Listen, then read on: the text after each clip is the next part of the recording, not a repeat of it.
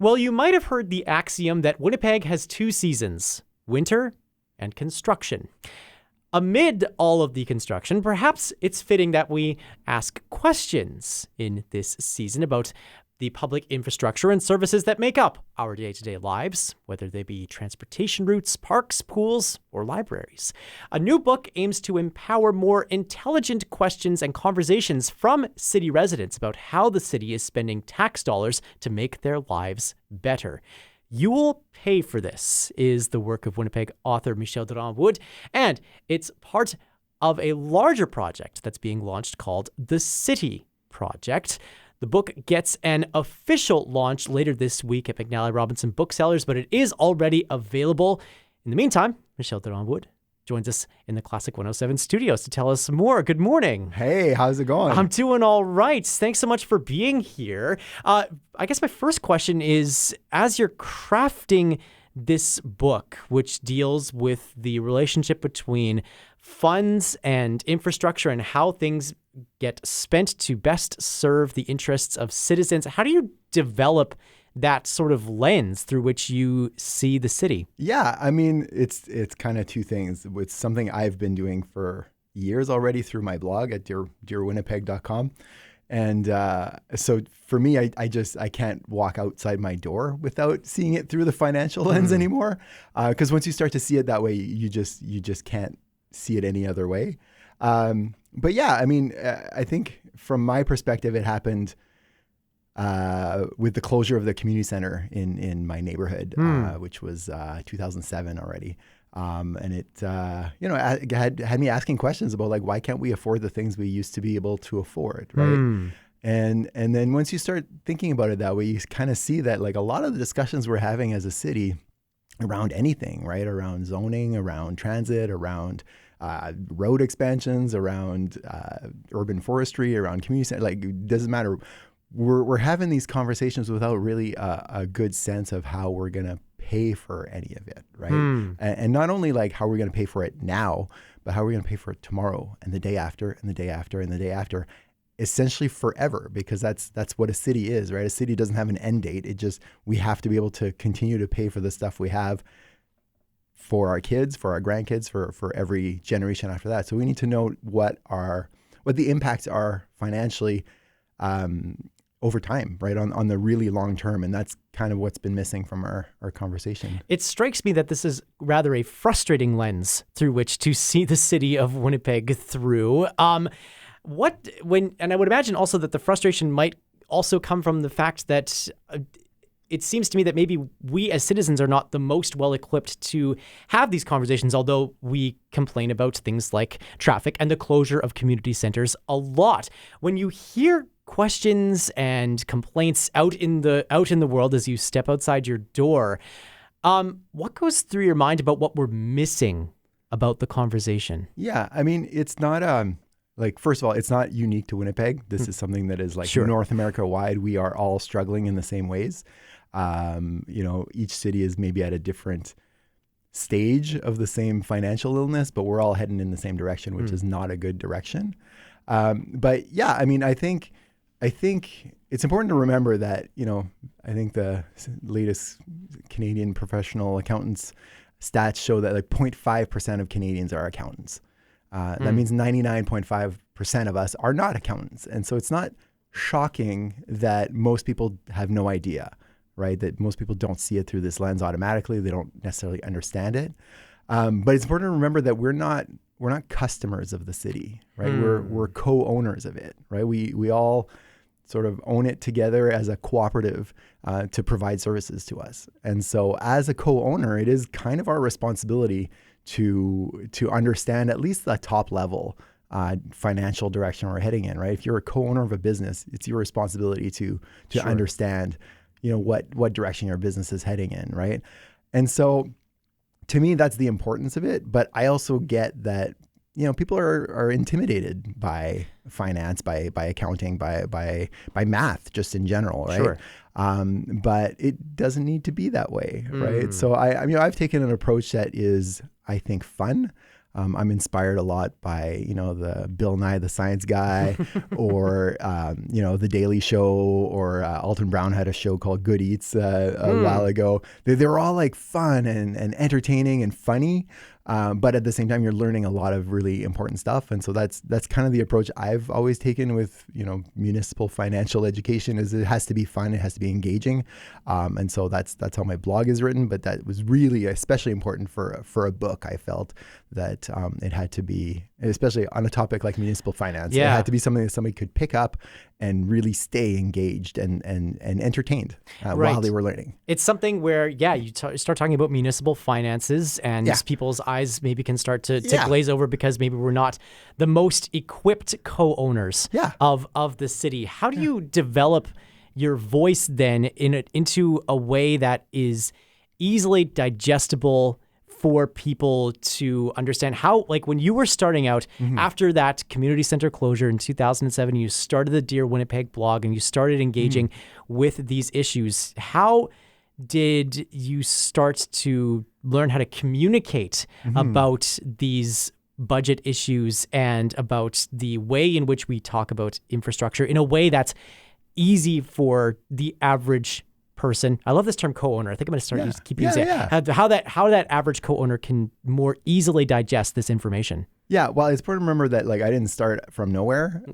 This is obviously, Sunday dinners are really fun at our house. I bet. This is something that, we as a family, we go to have lunch at my mom and dad's and my brothers and I and, my sisters-in-law. Yeah. This is a topic that comes up a lot. I'm imagining a big chalkboard. Not even. But no, exactly. So it's something that we've talked about a lot. And so when I started writing about these things and when I started really talking with people, it was something that already was part of a conversational approach that just in my regular day-to-day life.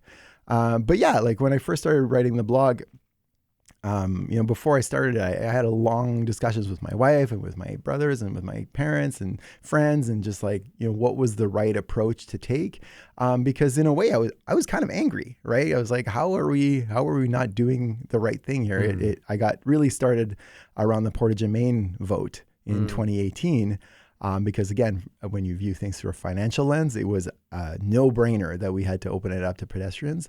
But then, when the vote came back 65% no, I really drove home the point that, oh, wow, a lot of people aren't seeing it through that financial lens because people's opinions about stuff changes when there are prices attached, right? Everybody would live in a mansion and take a helicopter to work if money weren't an issue, right? Sure. And so we have different preferences. Our preferences change when prices are attached to it. And so to me, what was missing from that whole conversation was what is the long-term financial impact? So I was really, not angry, but annoyed, right? And so, I actually wrote a first draft of my first post and it was kind of ranty. I had my brother read it, I had my wife read it, and they were like, yeah, it's good. But, how many people are you going to reach with that, right? And that was a really good conversation that we had. That we said, yeah, you're right. I'm going to redo this completely and use humor because I was looking to reach. With a rant, you're going to reach the people who are already on your side, sure, right? And that was not what I was trying to do. I really wanted to educate people, give them the information, the tools that they need to make some informed decisions and have informed. Opinions on things. And that's not to say that everybody's going to agree all the time. Different people can reasonably disagree with the same facts, and that's completely fine. But, we need to be starting from having all of the information together. Sure. So that was the point. So I said, I started with humor because I know, naturally people get disarmed. When you make them laugh a little bit, they're more open to learning, to hearing you. So that was the beginning of that. Yeah. This book is also the beginning of something called the City Project. Maybe you can tell us a little bit more about what all that entails. Yeah. So when the publisher first approached me for the book, they were pitching a series. And in their eyes and in my eyes as well, we say that the most successful cities are the ones built by many hands. This book series is going to be written by many hands. And the idea is, we like to, as humans, we like to simplify things and pretend that things can be merely complicated, right? That we can, if we understand all the parts, then we can we can plan and tinker and make things go the way we want. But a city is more like an ecosystem, right? It's a human habitat, and so it's really highly complex with so many relationships, so many different things that we don't necessarily understand completely how they work together. And so for the people who want to understand how cities work, there are so many different aspects to consider. So each of these books is going to treat with one different aspect, and written by a different local expert on it, using Winnipeg as a case study, but to draw lessons that are applicable, North America wide, or for all kinds of cities. And so yeah, they're meant to be short books. Like each of them is about 150 pages, so something you can like get through on a Sunday afternoon, and give yourself a good basic understanding of in the first book's case, city finance, but in the second book's case will be on winter cycling or cycling in a winter city. We've got books coming up on green space, books coming up on decolonizing public places. So there are a lot of books in the pipeline that we're really excited to put out there, and each by a different local author. So it'll be really exciting. Neat new perspectives to take then on to the city of Winnipeg. We touched on one of the main sort of hot button issues when it comes to finances and infrastructure in this city over the last, decades really, which is the reopening of Portage and Main, which is currently in the process of actually happening. In your estimation, as you've been writing about this for nearly 2 decades now on your blog and now in book form, is the city moving in the right direction, and how much work is there still to go, not merely to make it into a feasible sort of operation, but also that we're just like merely turning the ship in the right way? Yeah, I mean, to be frank, we have to change everything about how we develop our city. And again, not unique to Winnipeg. This is a North America-wide issue that we've developed a development pattern that just consumes more wealth than it creates. It costs more to maintain than we can ever hope to produce. So it's not a matter of, we just got to cut the waste. Like the numbers just will never make sense. It's basically a Ponzi scheme. It just requires us to shovel more and more money, for new growth to pay for the old growth, right? So that's a development pattern that we just can't sustain. So we have to change everything about it. We can't change that overnight. It's so many things. It affects land use and zoning. It affects transportation. So bikes and walking and transit and cars and all of that. And there are so many different parts to it. So it's not something that we can flick a switch and fix. There's going to be so many parts. So in a way, there are a few things that are I'm hopeful about. But at the same time, we're still doing so many big things really, really wrong. The opening of Portage and Main is a net positive, is so good from a long-term financial perspective. Even on a short-term financial perspective, turns out, that changed a lot of people's opinions about it, right? Yeah. 2018, 65% no. A latest poll from last year is 65% in favor now. But yeah, it came from the fact that replacing that waterproof membrane is going to cost a lot more money than just opening it up to pedestrians. Right? Like money changes our minds on stuff. And that's just the short-term impacts. The long-term impacts are that this is a necessary step to making our downtown more financially productive in the long term. But we're still looking at widening Kenniston. We're still looking at extending Chief Peguis, which are massively expensive, and our own reports, the city's own projections, show that the financial return on those is not there. That we're going to end up subsidizing that through above inflation tax increases forever, right? Why would we ever agree to that?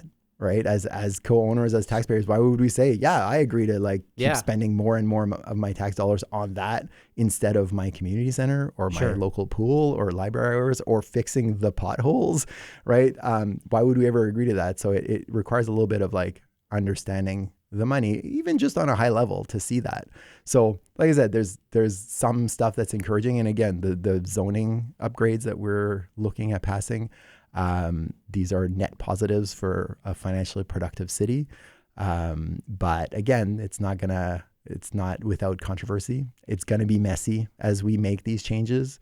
It's not going to be, there's going to be changes, and it's going to be growing pains to get there. It took us decades to get to where we are today. It'll take decades to fix. More on this in the new book, You'll Pay for This by Michel Durand-Wood, which gets its official release party on Saturday, May the 31st, 7 o'clock at the Grant Park location for McNally Robinson Booksellers. We'll have more information at our website, classic107.com, and on the Classic 107 app. Michel Durand-Wood, a real joy to have you with us here this morning. Thanks so much for telling us more about the book, and congratulations. Yeah, thanks so much. Happy to be here.